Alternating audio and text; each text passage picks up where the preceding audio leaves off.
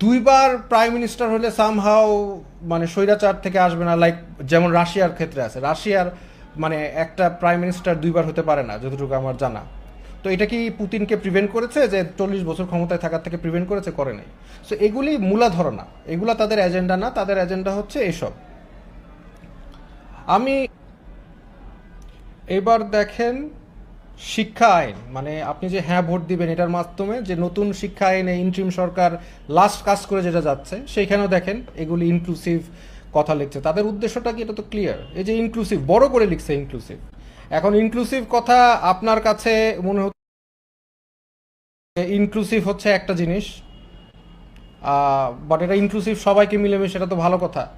But এর আসল উদ্দেশ্য কি সেটা হচ্ছে, সেটা আপনি আমার থেকে শুনবেন না, আপনি শায়েখ আহমদুল্লাহ ওনার বক্তব্য থেকেই শুনেন। কারণ আমার কথা না হয় আপনারা বিশ্বাস করবেন না, আমি না হয় একটু বেশি বলে ফেলতেছি। তা শায়েখ আহমদুল্লাহ কি বলে এটা আপনি একটু দেখেন। নির্বাচনকে ঘিরে একটা শব্দ আপনারা সবাই দেখতে পাচ্ছেন, সেটা হলো ইনক্লুসিভ। ইসলামিক দলগুলো এই শব্দ ব্যবহার করছে, অন্য দলগুলো তো করছে, ইসলামিক দলগুলো পর্যন্ত এই শব্দ ব্যবহার করছে। ইনক্লুসিভ মানে অন্তর্ভুক্তিমূলক। এই অন্তর্ভুক্তিমূলক বা ইনক্লুসিভ শব্দের ভেতরে অত্যন্ত ভয়ঙ্কর একটা এজেন্ডা লুকায়িত আছে, যেটা অনেকেই লক্ষ্য করছেন না। সেটা হলো সমকামিতা, ট্রান্সজেন্ডার ইজমকে বৈধতা দেওয়া। একটু আপনি গভীরে তাকালে, একটু ঘাটাঘাটি করলে আপনার কাছে স্পষ্ট হয়ে যাবে। শুনতে খুব ভালো শোনা যায়, অন্তর্ভুক্তিমূলক। অন্তর্ভুক্তি আমরা কে না চাই, সবাইকে নিয়ে সবাই চলতে চাই, শব্দটা ভালো, কিন্তু এটার মতলব বহু খারাপ।